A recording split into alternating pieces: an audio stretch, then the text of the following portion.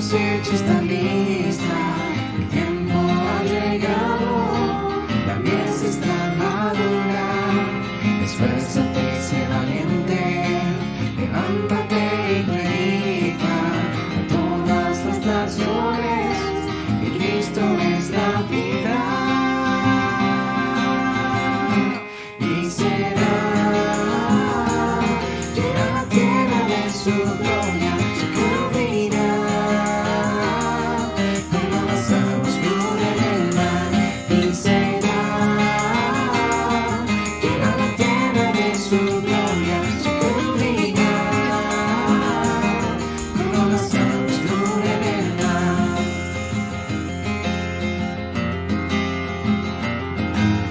Alza tus ojos y mira, la cosecha está lista, el tiempo ha llegado, la mies está madura. Esfuérzate y sé valiente, levántate y predica a todas las naciones, que Cristo es la vida. Y será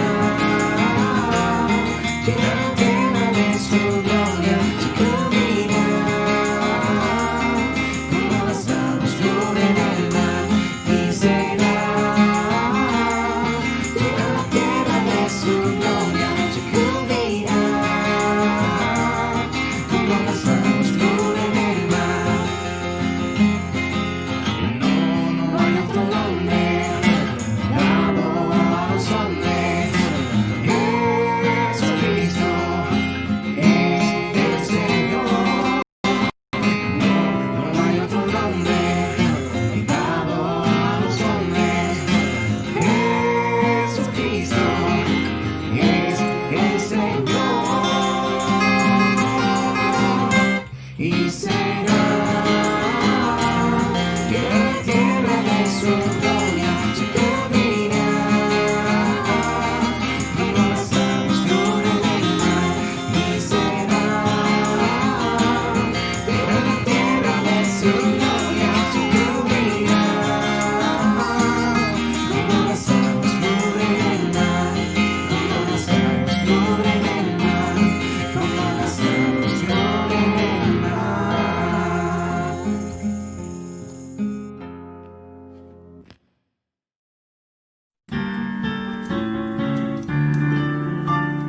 Te exaltaré, mi Dios, mi Rey, y bendeciré tu nombre eternamente y para siempre. Cada día te bendeciré y alabaré tu nombre eternamente y para siempre. Grande es Jehová y digno de suprema alabanza, y su grandeza es inescrutable. Cada día te bendeciré, te exaltaré, mi Dios, mi Rey, y bendeciré tu nombre eternamente y para siempre. Cada día te bendeciré y alabaré tu nombre eternamente y para siempre. Grande es Jehová y digno de suprema alabanza, y su grandeza es inescrutable. Cada día te bendeciré, cada día te bendeciré, cada día te bendeciré.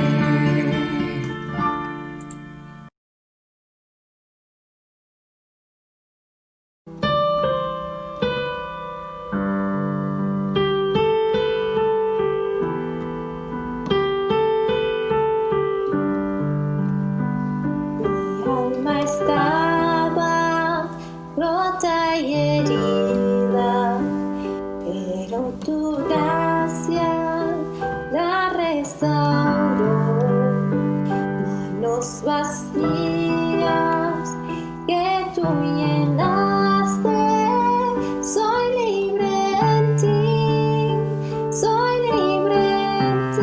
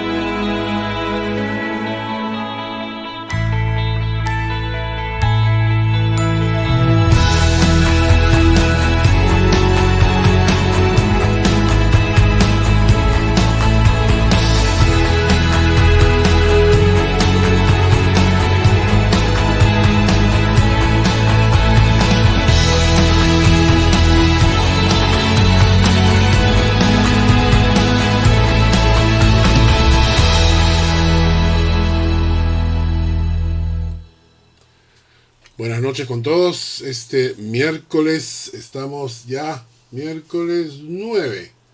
Miércoles 9, sí, miércoles 9 de septiembre. Estamos continuando con nuestros estudios de Primera de Corintios. El día de hoy vamos a terminar el capítulo 11. La semana pasada estuvimos tocando la primera parte del capítulo 11 y hoy día vamos a tocar la segunda parte, lo relacionado con la Santa Cena. Abran sus Biblias en el capítulo 11 de Primera de Corintios. Primera de Corintios, capítulo 11. ¿Lo tienen a la mano? Pues márquenlo porque vamos a estudiando este pasaje, ¿no? La semana pasada estábamos hablando acerca de este tema de que Cristo debe ser la cabeza del varón. El varón debe ser cabeza de su hogar y es una responsabilidad que a él le tocó. Y ahora saltamos a otro tema. Saltamos al tema de la Santa Cena. El capítulo 11, desde el versículo 17 hasta el versículo 34. Y está dividido en 3 porciones. Desde el 17 hasta el 22 nos relata una serie de problemas que habían al interior de la iglesia de Corintio. Desde el versículo 23 al 26 nos explica lo que es la Santa Cena o la Cena del Señor. Y los versículos del 27 al 34, algunas advertencias y peligros al participar ligeramente de esta práctica de la Santa Cena. Antes de empezar, como siempre, pidamos la bendición de Dios y la dirección de Dios. Padre, gracias por esta noche, el privilegio de compartir tu palabra y que muchos sean edificados con ella y que muchos aprendan tu palabra y se edifiquen, Señor. Es nuestra responsabilidad. Queremos que tú nos guíes en este sentido y nos bendigas con la enseñanza de tu palabra el día de hoy. En el nombre de Jesús. Amén y amén. Pues bien, entonces abrimos la Biblia y nos quedamos marcando Primera de Corintios, capítulo 11, del versículo 17 en adelante. Muy bien, leamos el versículo. Hay un texto que aparece en Lucas, capítulo 22. Quiero que me acompañen. Lo voy a poner en pantalla para que lo vean. Lucas capítulo 22, versículo 7. Dice, llegó el día de los panes sin levadura, en el cual era necesario sacrificar el cordero de la Pascua. La Santa Cena, como nosotros la celebramos, todo comenzó la noche anterior a la crucifixión del Señor. Repito, el Señor Jesús va a instituir la Santa Cena con el pan y el vino la noche anterior a su crucifixión. Y en Lucas nos dice que llegó el día de los panes sin levadura, en el cual era necesario sacrificar el cordero de la Pascua. Vamos a hacer un pequeño recuento histórico para localizarnos y situarnos en la historia. El pueblo de Israel era el pueblo egipcio, el pueblo está esclavo de los egipcios.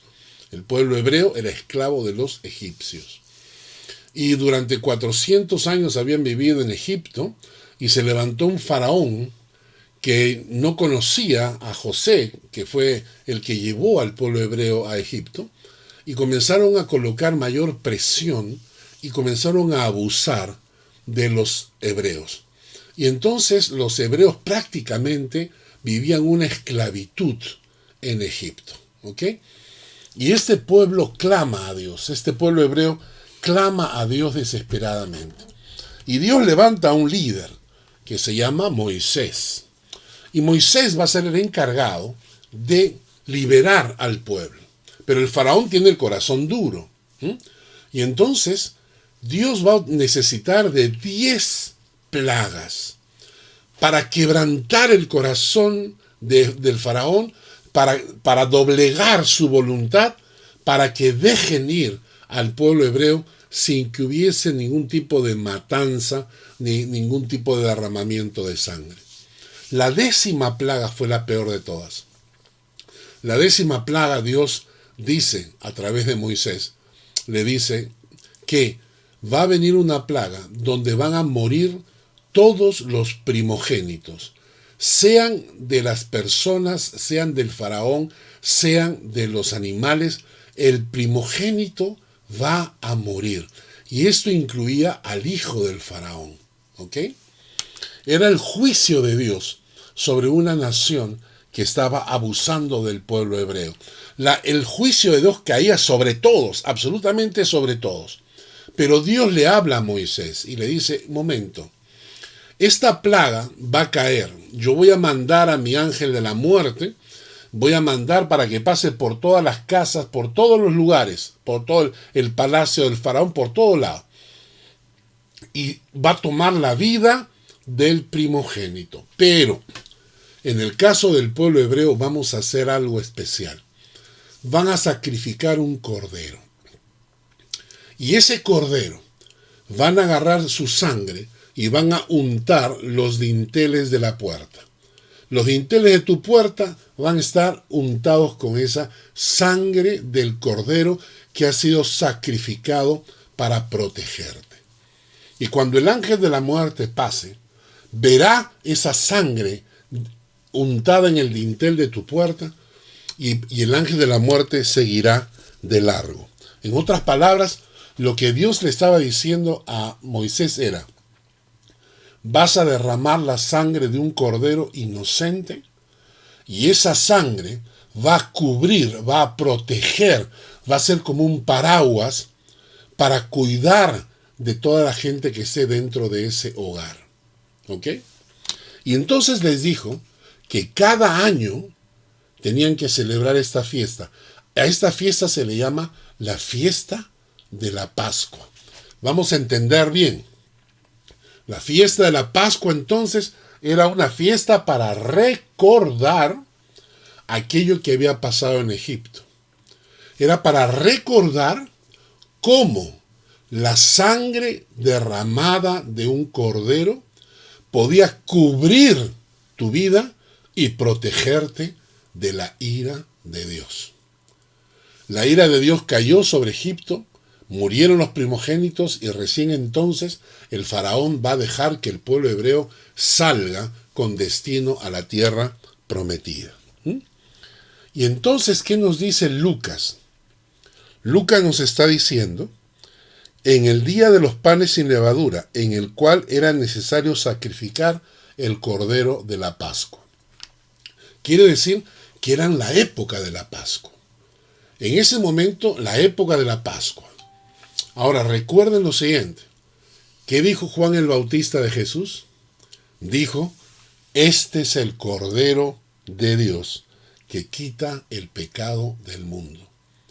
Lo que estaba diciendo Juan el Bautista era que Jesús era ese Cordero que iba a ser sacrificado por la paz del mundo, para el perdón de los pecados del mundo.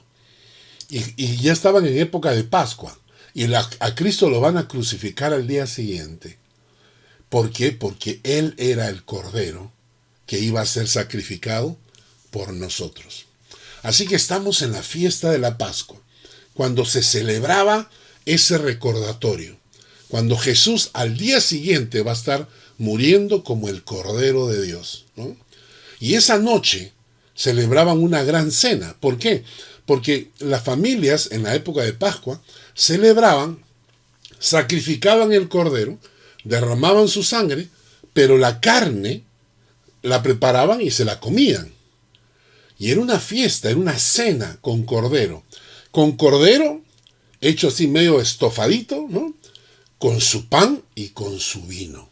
Esa era la cena de la Pascua. Vamos a leer otro texto en Lucas capítulo 22, versículos 8 al 13 dice, y Jesús envió a Pedro y a Juan, diciendo, id, preparadnos la Pascua para que la comamos. Ellos le dijeron, ¿dónde quieres que la preparemos?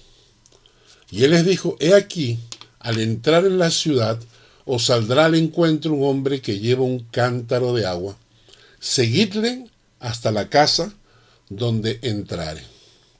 Y decid al padre de familia de esa casa, el maestro te dice, ¿dónde está el aposento donde he de comer la Pascua con mis discípulos?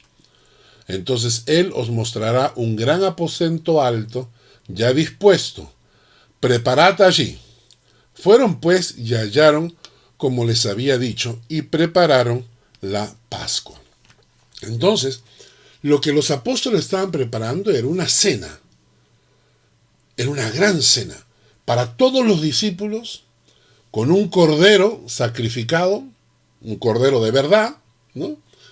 Y una comida, y naturalmente no tomaban el agua porque el agua no necesariamente era potable, así que era preferible tomarla con vino. Y todo potaje en aquella época se acompañaba de pan, ¿no? Entonces, ahí están los discípulos preparando esta última cena, ¿ok? Vamos a seguir leyendo. En el capítulo 22 de Lucas, versículos 14 al 20. Cuando era la hora, se sentó a la mesa, y con él los apóstoles. Y les dijo, cuánto he deseado comer con vosotros esta Pascua antes que padezca. Jesús sabe que va a padecer esa noche, a las 9 de la noche, va a venir Judas con los soldados para llevárselo preso. Va a pasar toda esa noche en vela, con frío, con hambre, siendo golpeado por los soldados. Y mañana temprano, el día siguiente temprano, a las 6 de la mañana, lo van a llevar donde el sumo sacerdote. Van a hacer un juicio súper rápido, lo van a llevar donde Pilatos. Es decir, van a hacer toda una locura para estarlo crucificando al día siguiente a las 9 de la mañana. Entonces, acá Jesús sabe que va a sufrir y dice, cuánto he deseado comer con vosotros esta Pascua, porque os digo que no la comeré más hasta que se cumpla en el reino de Dios. Y habiendo tomado la copa, dio gracias y dijo, tomad esto y repartidlo entre vosotros, porque os digo que no beberé más del fruto de la vid hasta que el reino de Dios venga. Y esto es interesante, porque miren lo que dice Jesús. Y tomó el pan y dio gracias, y lo partió, les dio, diciendo, esto es mi cuerpo que por vosotros es dado. Haced esto en memoria de mí.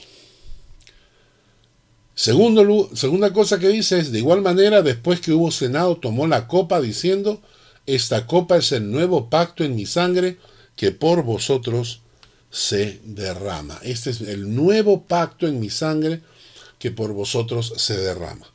Muy bien. Esta es la escena que nos relata Lucas. ¿Qué es lo que está ocurriendo acá?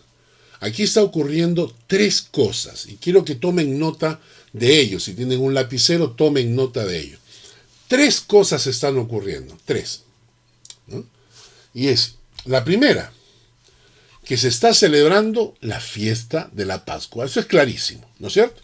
O sea, en primer lugar, están celebrando la fiesta de la Pascua en aquella Pascua donde se mataba al Cordero y en aquella Pascua donde Cristo va a morir porque Él es el Cordero de Dios. Entonces Cristo tenía que morir en esa Pascua. Entonces la primera cosa que está ocurriendo con este relato de Lucas es que están celebrando la fiesta de la Pascua. En segundo lugar, en realidad es una fiesta de despedida.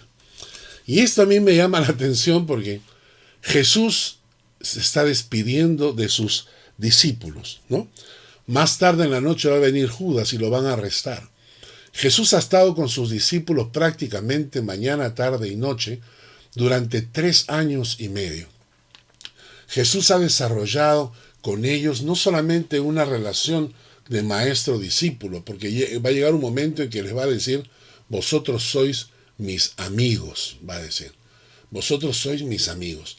Y Jesús tiene con ellos ya una relación profunda. Ellos todavía no lo saben, pero en pocas horas va a ser arrestado. Y mañana está muriendo. Ellos no lo saben, ellos están organizando la cena de la Pascua, la fiesta de la Pascua, la comida de la Pascua. En realidad, para Jesús, esa última cena era también su fiesta de despedida. Era su fiesta en que se estaba despidiendo de sus discípulos, porque en pocas horas los discípulos estarían escondiéndose, huyendo, muertos de miedo, ¿no? Y Jesús va a quedarse solo. Y en tercer lugar, lo que está ocurriendo, y esto es muy importante, cuando Jesús toma el pan y toma el vino, está instituyendo un evento para celebrar y recordar. Muy bien, cuando el pueblo hebreo estaba en Egipto, Dios les dio una serie de fiestas. Cada fiesta tenía un objetivo: celebrar, pero también recordar.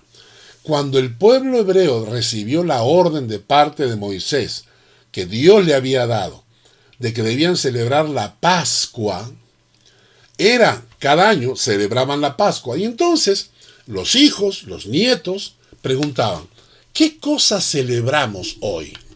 Y entonces los padres, los abuelos, relataban a los hijos, a los nietos, el porqué de la fiesta. Entonces, todas estas fiestas como la Pascua y todas las otras fiestas judías tenían como objetivo no solamente celebrar, pero tenían como objetivo recordar la razón de esa fiesta. Era un motivo no solamente para celebrar, era un motivo para recordar, para decirle a la gente qué estamos haciendo y por qué lo estamos haciendo. Y por eso es que Jesús, cuando instituye la cena con el pan y el vino, dice, hagan esto todas las veces que lo hagan, háganlo en memoria de mí. Háganlo en memoria de mí. Cuando él dice, tomad, comed, esto es mi cuerpo, que por vosotros es dado, haced esto en memoria de mí. O cuando dice, toma la copa, y dice, esto es mi sangre del nuevo pacto, haced esto en memoria de mí. ¿No? Porque lo que él está tratando de decir es, van a celebrar la Santa Cena, y cada vez que la celebren, van a hacer memoria de lo que yo hice por ustedes al entregar mi cuerpo y derramar mi sangre. Y de esa manera, cuando celebramos la Santa Cena, lo que hacemos es celebrar para recordar, para que cuando nos pregunten nuestros hijos, porque lo han hecho, nuestros hijos cuando eran pequeñitos, en algún momento participamos de la Santa Cena en la iglesia, y mis hijos me preguntaban y me decían, papá, ¿qué es la Santa Cena? ¿Por qué el pan? ¿Por qué el vino? Y esa es el objetivo de celebrar, de que podamos recordar e instruir a nuestros hijos en el por qué Cristo entregó su cuerpo y derramó su sangre. ¿De acuerdo? Entonces, lo que ocurre en Lucas es que ellos estaban celebrando la fiesta de la Pascua. Era una fiesta de despedida para Jesús. Y estaba Jesús instituyendo un evento que había que celebrar para recordar el motivo por el cual Cristo había entregado su cuerpo y su sangre. Ahora sí nos vamos a 1 Corintios, al capítulo 11. Y como les dije, vayan a marcar ese texto. Marquen ese texto, 1 Corintios 11. Vamos a leer los primeros versículos del 17 al 22. Dice, pero al anunciaros esto que sigue, no os alabo, porque no os congregáis para lo mejor, sino para lo peor.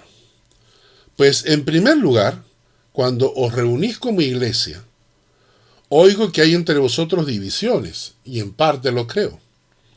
Porque es preciso que entre vosotros haya disensiones, para que se hagan manifiestos entre vosotros los que son aprobados.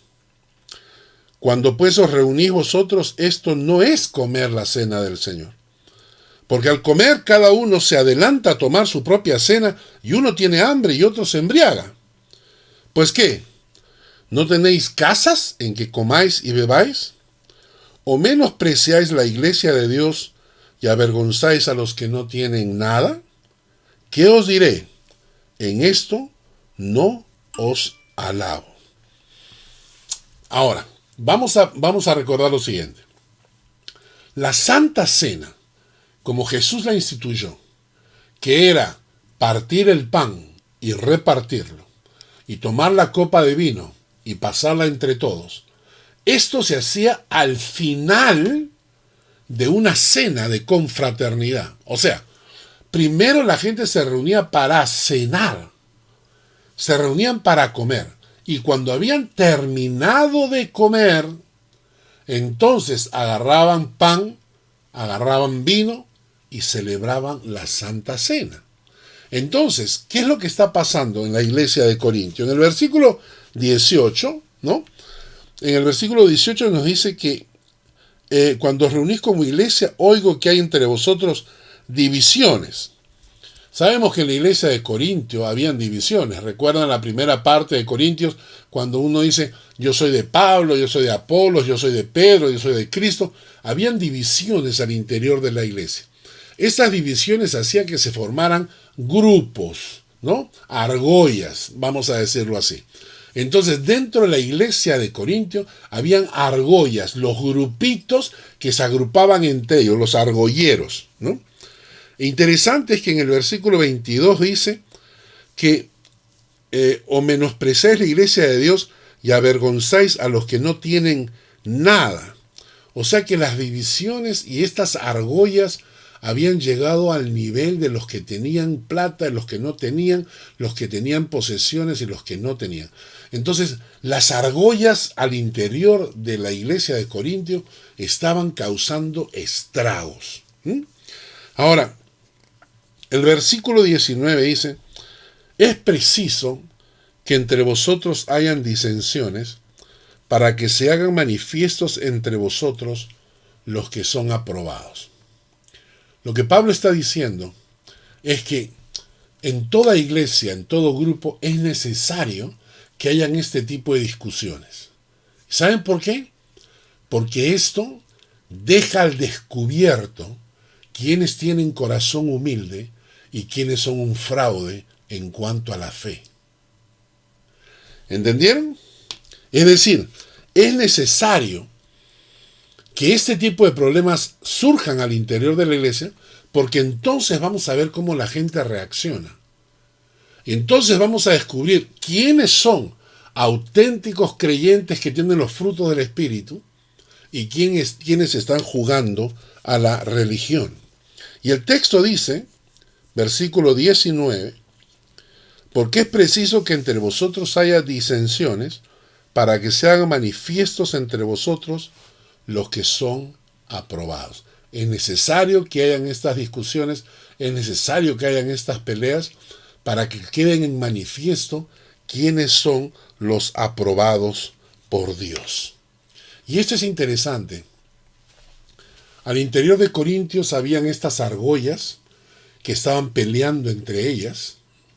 Estas argollas a veces avergonzaban a la gente humilde, ¿no?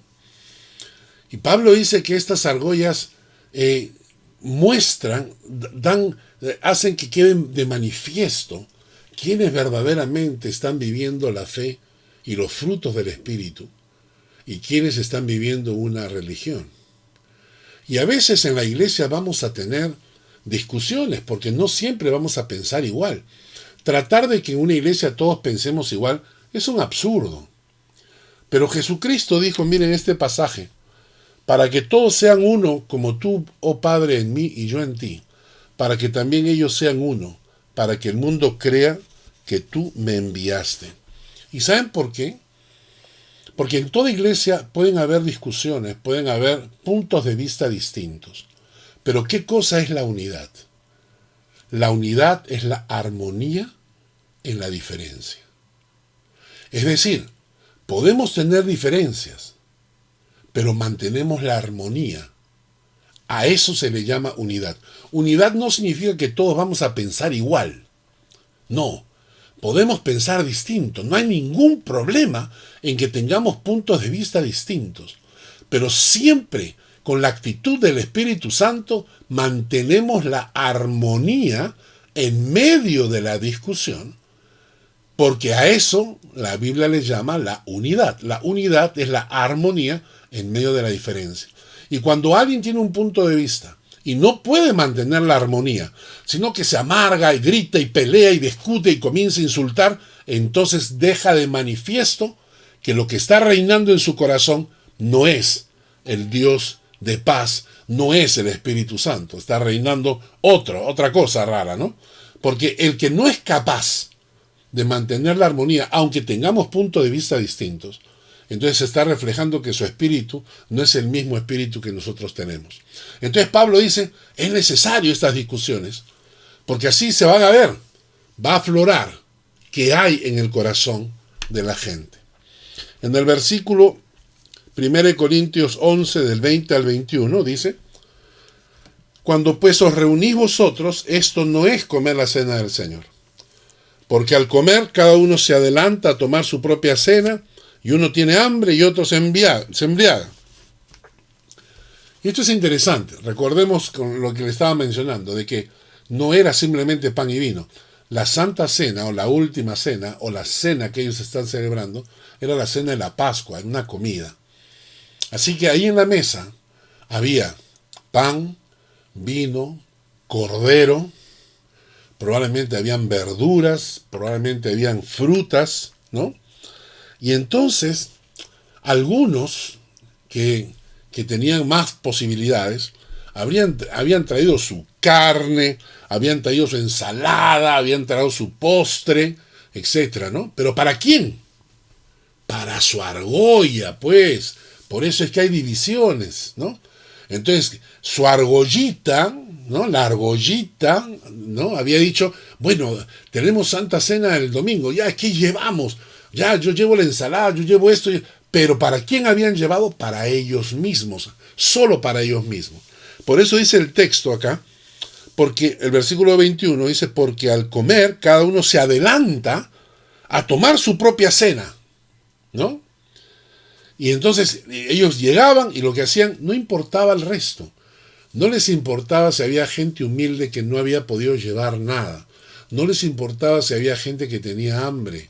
No les importaba nada. Lo único que les importaba a ellos era adelantarse, apurarse para comerse todo lo que ellos habían llegado. Es más, inclusive algunos hasta se embriagaban. Dice el texto, y otros se embriagan. ¿Qué cosa? ¿Borrachos en la iglesia del Señor? ¿Borrachos en la cena del Señor? Estamos hablando de la iglesia. Estamos hablando de la cena del Señor. ¿Qué estaba pasando en Corinto?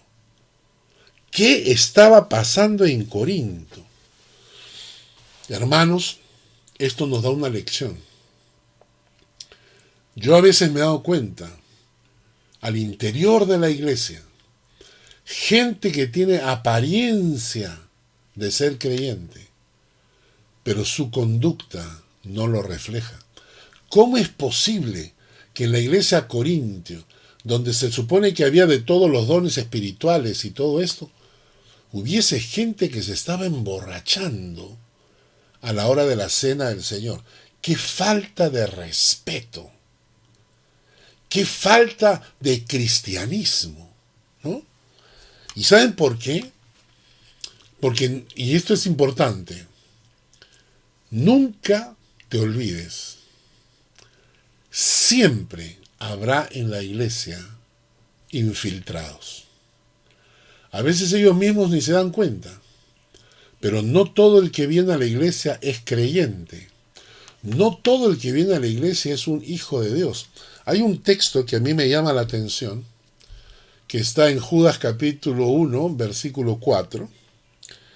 Dice, porque algunos hombres han entrado encubiertamente, los que desde antes habían sido destinados para esta condenación, hombres impíos que convierten en libertinaje la gracia de nuestro Dios y niegan a Dios, el único soberano, y a nuestro Señor Jesucristo. ¡Qué fuerte! Cuidado, en Corintio había gente que participaba de la cena del Señor, pero en su corazón no reinaba el Señor. Estaban más preocupados en su argolla, estaban más preocupados en comerse su comida, no importa si la gente tenía hambre. Y a veces yo me pongo a pensar, qué vergüenza lo que podía ocurrir en esta iglesia. Y no nos asombremos si alguna vez ocurre esto en algunas iglesias donde nosotros asistamos. A veces vamos a encontrar creyentes que se comportan más como hijos del diablo que como hijos de Dios. Pablo termina en el versículo 22, 1 Corintios 11, 22, y dice, ¿pues qué? ¿No tenéis casas en que comáis y bebáis? ¿O menospreciáis la iglesia de Dios y avergonzáis a los que no tienen nada? ¿Qué os diré? ¿Os alabaré? En esto no os alabo. Pablo es duro y le va a decir a los corintios, ¿qué les pasa, caramba? A veces me han hecho comentarios de que cuando estoy hablando acá en los estudios, a veces parece que estoy amargo, ¿no? Y reniego. Y la verdad es que sí, hay cosas que me molestan, hay cosas que realmente me llegan altamente del comportamiento de algunos creyentes, y a veces le digo, Señor, abre mis ojos, no vaya a ser que yo esté haciendo lo mismo. Y las palabras de Pablo, ¿no? ¿Por qué menospreciáis la iglesia de Dios? ¿Acaso no están las casas donde comer primero? O sea, lo que dice Pablo es, ok, pero si tienes hambre, come en tu casa, pues. Come en tu casa y ven ya comido, así no tienes esa angurria por comer y así dejas que los otros coman. ¿No es cierto? Pero la frase, ¿por qué menospreciáis la iglesia de Dios? ¿Cuánta gente menosprecia la iglesia de Dios? Hermanos, esto es triste y es vergonzoso, porque la gente relaciona la iglesia de Dios con la iglesia local donde ellos están.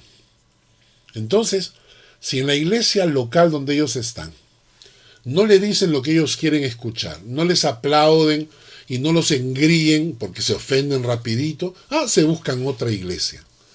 Y ellos creen que están escogiendo entre las iglesias y tienen derecho a hacerlo. Ellos están menospreciando la iglesia de Dios. Su comportamiento hace creer que ellos se creen más que la iglesia. Hay gente que menosprecia la iglesia en el sentido de que, por ejemplo, ¿te importa la iglesia? ¿Te importa tu iglesia? ¿Te importa? ¿Te importa si tu iglesia sobrevive? ¿Te importa si tu iglesia está limpia, si está ordenada? ¿Te importa si tu iglesia tiene cultos? ¿Te preguntas eso alguna vez? ¿O no te interesa? ¿O menosprecias la iglesia de Dios? Ahora que estamos con esto de la cuarentena, sé que muchos amigos míos, pastores, la están pasando difícil porque al no tener cultos, tampoco hay ingresos y los pastores muchas veces viven de esas ofrendas. Y yo les preguntaba a uno de ellos y le decía, ¿y la gente de tu iglesia se preocupa? ¿Se preocupa de cómo se va a pagar el alquiler? ¿Se preocupa de cómo se sostiene el pastor durante estos días? ¿Se preocupa la gente? Y Pablo dice una frase fuerte. Menosprecian la iglesia de Dios. Y no estamos hablando de un local, no estamos hablando de una iglesia física. Estamos hablando del cuerpo de Cristo, de los creyentes. ¿Menosprecias la iglesia de Dios? En fin, esta es la exhortación inicial, cuando Pablo realmente está discutiendo, porque había problemas serios al interior de Corintio. Ahora entramos a la segunda parte del estudio, que ya tiene que ver con la institución de la Santa Cena. Y eso lo vemos de los versículos 23 al versículo 26. 1 Corintios 11, versículos 23 al 26. Y dice: porque yo recibí del Señor lo que también os he enseñado, que el Señor Jesús, la noche que fue entregado, tomó pan, y habiendo dado gracias, lo partió y dijo: tomad, comed, esto es mi cuerpo que por vosotros es partido. Haced esto en memoria de mí. Y asimismo tomó también la copa, después de haber cenado, diciendo: esta copa es el nuevo pacto en mi sangre. Haced esto todas las veces que la bebiereis en memoria de mí. Así pues, todas las veces que comiereis este pan y bebiereis esta copa, la muerte del Señor anunciáis hasta que Él venga. Muy bien. Interesante es que en el versículo 23 dice que Pablo recibió estas instrucciones, pero él no estuvo en la Santa Cena. Así que debemos entender que cuando Pablo se encuentra con Jesús camino a Damasco, y luego tiene su relación personal con el Señor, Dios le revela a Pablo lo de la Santa Cena, porque él no estuvo presente. ¿Por qué Jesús le revelaría a Pablo lo que ocurrió en la Santa Cena?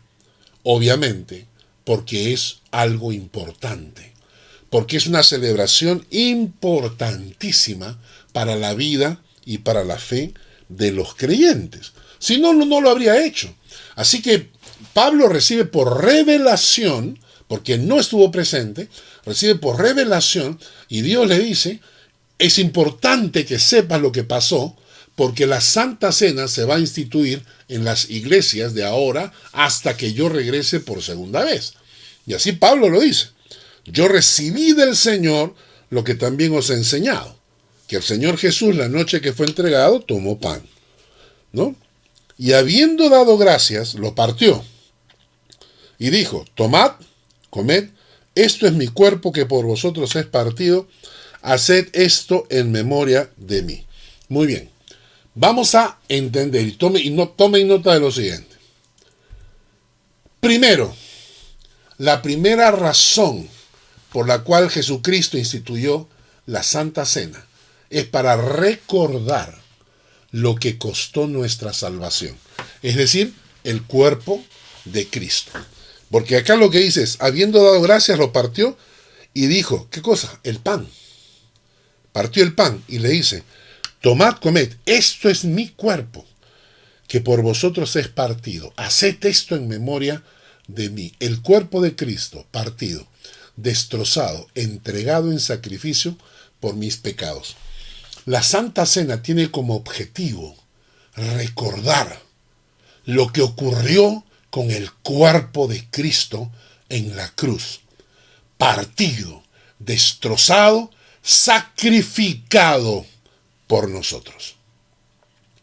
La primera razón de la Santa Cena es eso: recordar lo que costó nuestra salvación.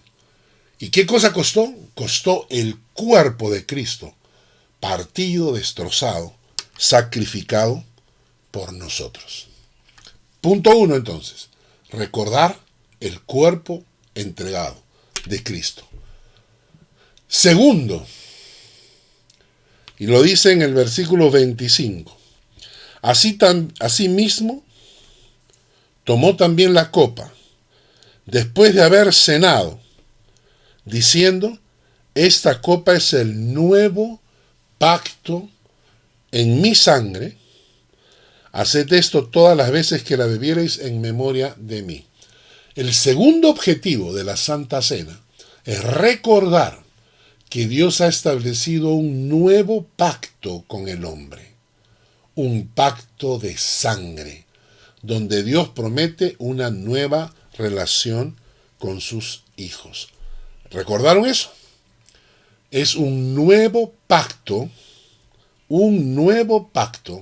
con el hombre, un pacto de sangre. Hay un pasaje, y a esto nos refiere, apúntenlo, lo voy a dictar, está en Jeremías, capítulo 31. Lo voy a leer, marquen ustedes nomás, escríbanlo y después lo leen. Jeremías 31, versículos 31 al 34. Jeremías 31, versículos 31 al 34, dice así.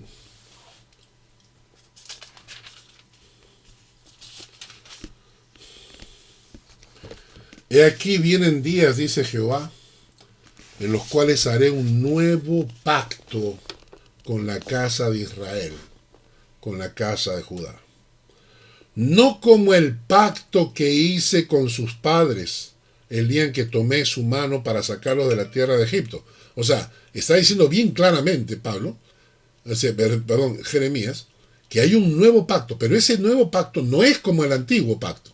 No es como el pacto de la ley, no es como el pacto del Antiguo Testamento, no es como el pacto con los judíos de la ley, es otro pacto nuevo. Ya no tenemos nosotros el antiguo, ahora tenemos un nuevo pacto. El versículo dice, 33 dice, pero este es el pacto que haré con la casa de Israel después de aquellos días, dice Jehová, daré mi ley en su mente y la escribiré en su corazón. Y yo seré a ellos por Dios, y ellos me serán por pueblo. ¿Entendieron? O sea, hasta ese entonces la ley estaba escrita en tablas de piedra. Ahora hay un nuevo pacto, hay una nueva relación. Es un pacto firmado con sangre. ¿Y qué va a hacer Dios en ese nuevo pacto? Va a agarrar todas sus leyes y las va a grabar en el corazón. Va a grabarlas en nuestro corazón. Y a partir de ese momento nosotros vamos a ser su pueblo y Él va a ser nuestro Dios. Por eso una persona que ha firmado ese pacto de sangre con el Señor, tiene las leyes de Dios guardadas en su corazón. No las tiene guardadas en una tabla de piedra para obedecerlas eventualmente. Porque ahora las leyes están en su corazón, están adentro. Él quiere guardar la palabra de Dios, porque ahora la palabra de Dios está guardada en su corazón. Ese es el nuevo pacto que se firmó con la muerte de Cristo en la cruz y con su sangre.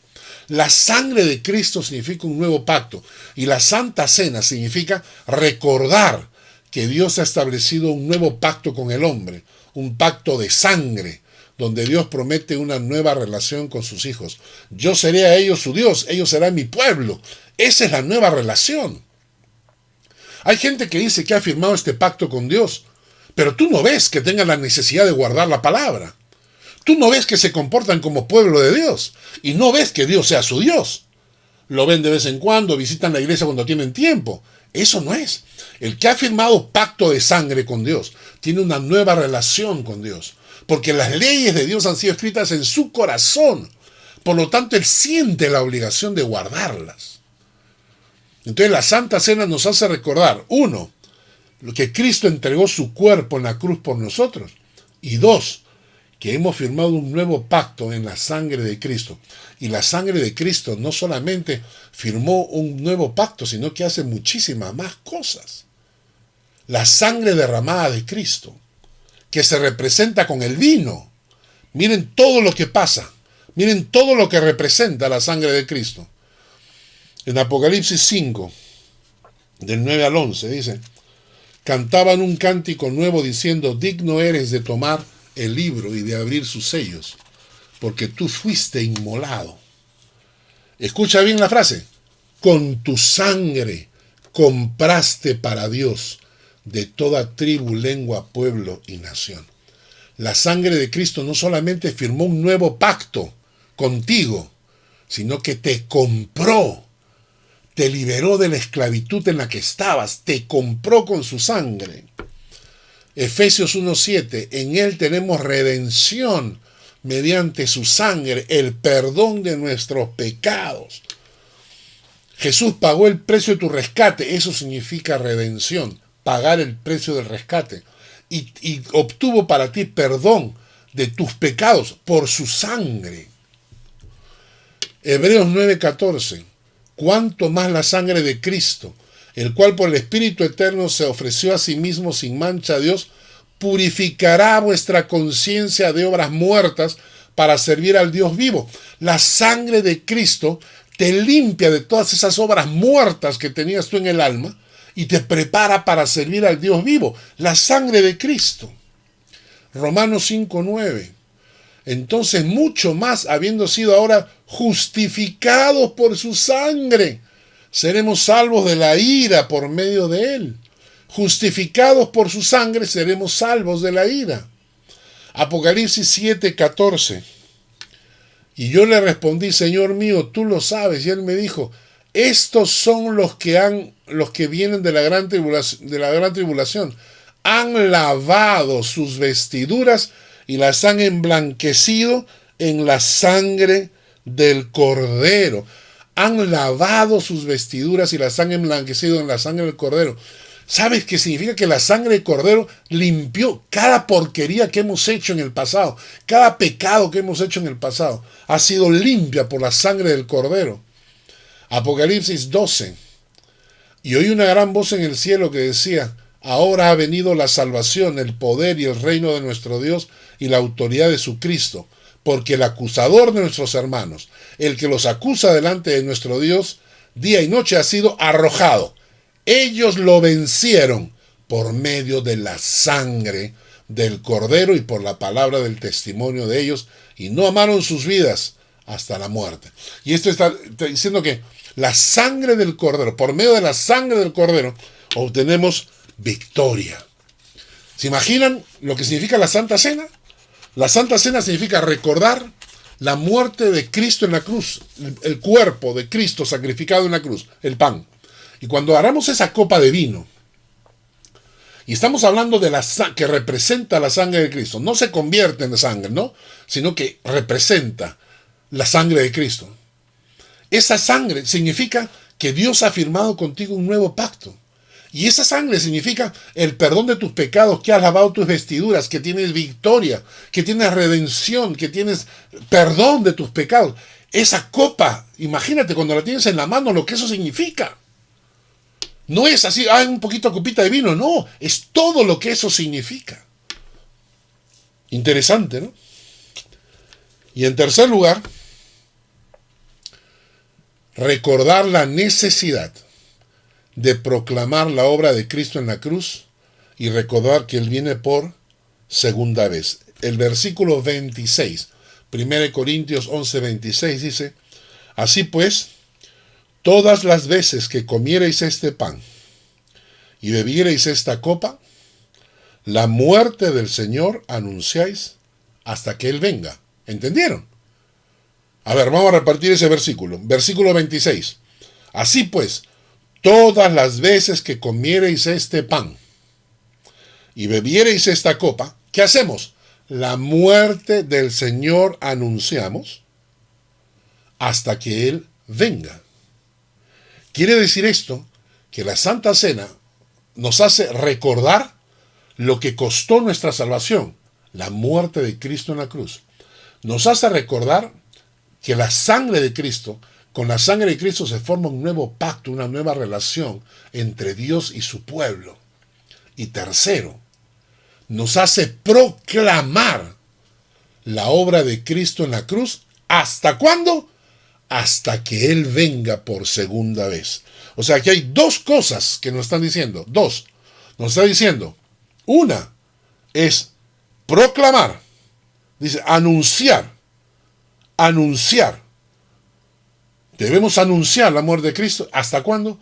Hasta que Él venga por segunda vez. Cada vez que participamos de la Santa Cena, estamos proclamando que Cristo viene por segunda vez. Y hasta que Él venga, tenemos el compromiso y la obligación de predicar el Evangelio. Y esto es interesante porque el mismo Jesús lo dijo.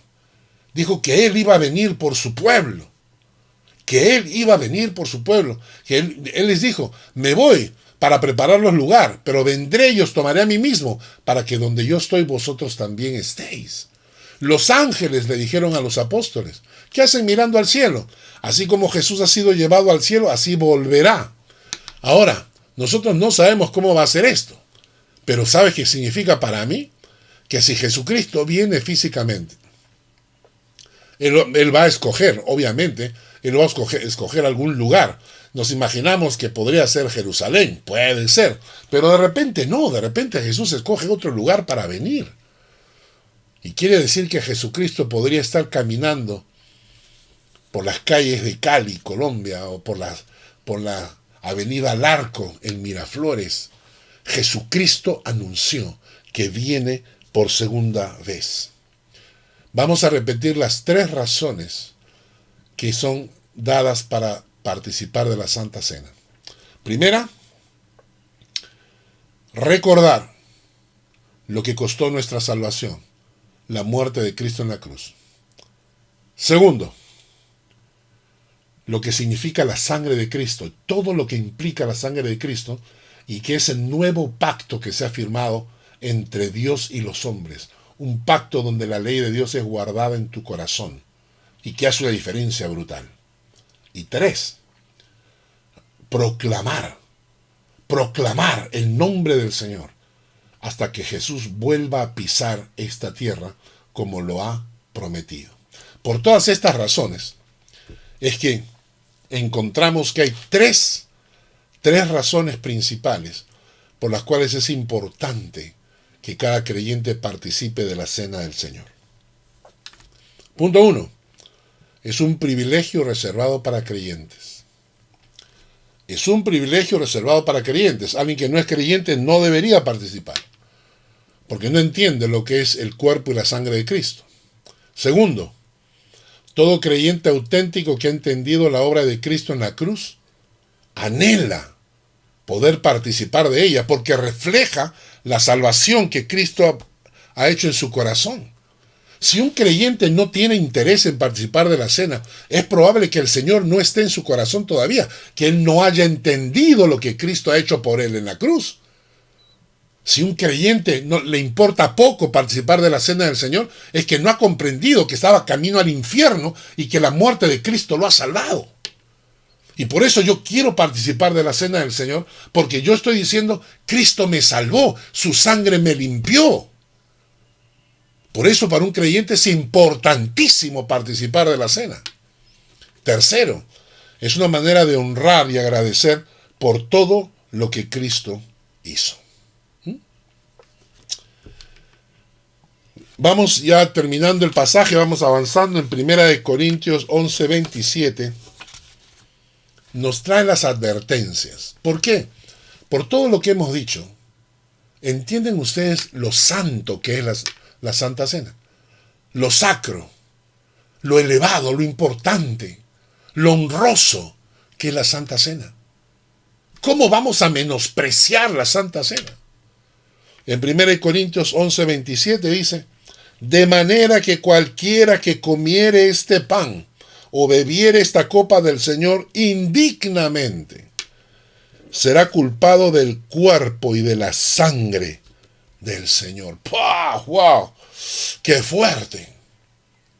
Cualquiera que coma indignamente del cuerpo y de la sangre del Señor será culpado del cuerpo y de la sangre de Cristo.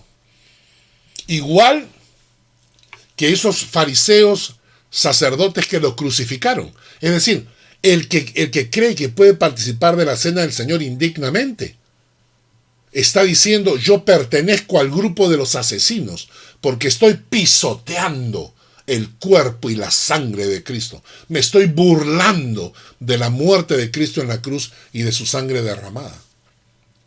¿Cuánta gente viene a la iglesia en pecado? Están viviendo en pecado y a la hora de participar de la cena, si nadie sabe, se paran en pie y toman la cena para que no digan por qué se quedó sentado. Lo que dice la Biblia es que están comiendo indignamente, serán culpados del cuerpo y de la sangre del Señor. Hermanos, esto es terrible. Cualquier persona que esté en pecado, absténgase de participar de la cena. Porque si no, lo van a culpar como si fuera uno de los asesinos que lo llevó a la cruz. ¡Fua! Versículo 28. Por tanto, pruébese cada uno a sí mismo y coma así del pan y beba de la copa. Pruébese. Evalúate, pregúntate, analízate. Pregúntate, Señor, ¿hay algo en mi vida que te está ofendiendo de verdad? ¿Tengo la conciencia como para poder participar? Versículo 29. Porque el que come y bebe indignamente, sin discernir el cuerpo del Señor, juicio está comiendo para sí. Es decir, está proclamando, atrayendo, se convierte como un imán del juicio de Dios. Y yo, hermanos, esto lo he visto. Y el versículo 30 dice, 1 Corintios 11:30, dice, por lo cual hay muchos enfermos y debilitados entre vosotros. Y esto es verdad, esto es para mí un testimonio. Yo he visto gente enferma, debilitada o duermen. Enfermos. He visto gente que le aparecieron cánceres, que le aparecieron tumores. He visto gente que de alguna u otra forma cayó enfermo y era no porque estuviera haciendo algo mal, era por juicio de Dios. Enfermedades por juicio de Dios, porque comenzaron a participar de la cena indignamente y recibieron juicio de Dios. Debilitados he visto. Gente que está sin fuerza, deprimidos, tienen frustraciones, no tienen ganas de vivir, porque se les apaga el alma, porque están comiendo juicio, porque están participando de la cena del Señor indignamente. Y muchos duermen, que es una forma poética de decir muerte. Yo he visto cómo Dios se ha llevado gente para que no sigan pecando. He visto cómo Dios se ha llevado gente para que no sigan pecando. Cuando les llama la atención. Hace muchos años, y vamos terminando, muchos años que había el director de un grupo juvenil que se llamaba Cruzada Estudiantil y Profesional para Cristo. Y yo recibí quejas de algunos jóvenes diciendo que este hombre se comportaba incorrectamente, que tenía actitudes medias mañosas con las señoritas. Entonces fuimos a confrontarlo. Naturalmente él lo negó todo. Yo me fui a mi casa y le dije, Señor, tú no puedes permitir que tu nombre sea insultado de esta manera. Si lo que él ha dicho es verdad y las acusaciones son falsas, Señor, toma nota de esto y haz justicia para limpiar su nombre, el nombre de este amigo mío. Pero si él miente, si realmente él está mintiendo, no permitas que tu nombre sea ensuciado. Esa fue mi oración una semana antes. El domingo, cuando nos levantamos con mi esposa antes de ir a la iglesia, escucho en la radio, en ese tiempo la Radio del Pacífico era la radio cristiana, escucho la noticia. Falleció el director del grupo Cruzada Estudiantil y Profesional para Cristo. Y se me helaron los pelos, porque Dios había puesto su mano para impedir que el hombre siguiera pecando, insultando su nombre. A veces, hermanos, no entendemos el juicio de Dios. A veces no entendemos que si estamos jugando con Dios, podemos obtener enfermedades o de repente completamente debilitados nuestros cuerpos, o inclusive Dios puede pedirnos la vida. Por eso cuando participamos de la cena del Señor es un tiempo en que me acerco a Dios. Siempre me acerco a Dios. Cuando yo veo delante mío la copa y el pan, recuerdo el cuerpo de Cristo y su sangre. Es un momento para reconciliarme con Dios y reconciliarme con mis hermanos si es necesario. O sea, tú no puedes participar, por ejemplo, si estás mal con tu esposa o con tu esposo. Si le has ofendido a tus padres, no puedes participar. Y entonces te abstienes. Porque el objetivo de la Santa Cena es tener una comunión y honrar al Señor. Así que, hermanos, hemos aprendido ahora sobre la Santa Cena. Pensemos, evaluemos esto, apliquémoslo a nuestro corazón. Que Dios les bendiga. Señor, gracias por esta noche y por este estudio. Bendice tu palabra como siempre lo haces. Llévala y permite que se alcance a todas las personas que tú quieras que sean alcanzadas, que escuchen este mensaje para tu gloria, Señor. Llévate tú toda la gloria en el nombre de Jesús. Amén y amén. Que Dios les bendiga.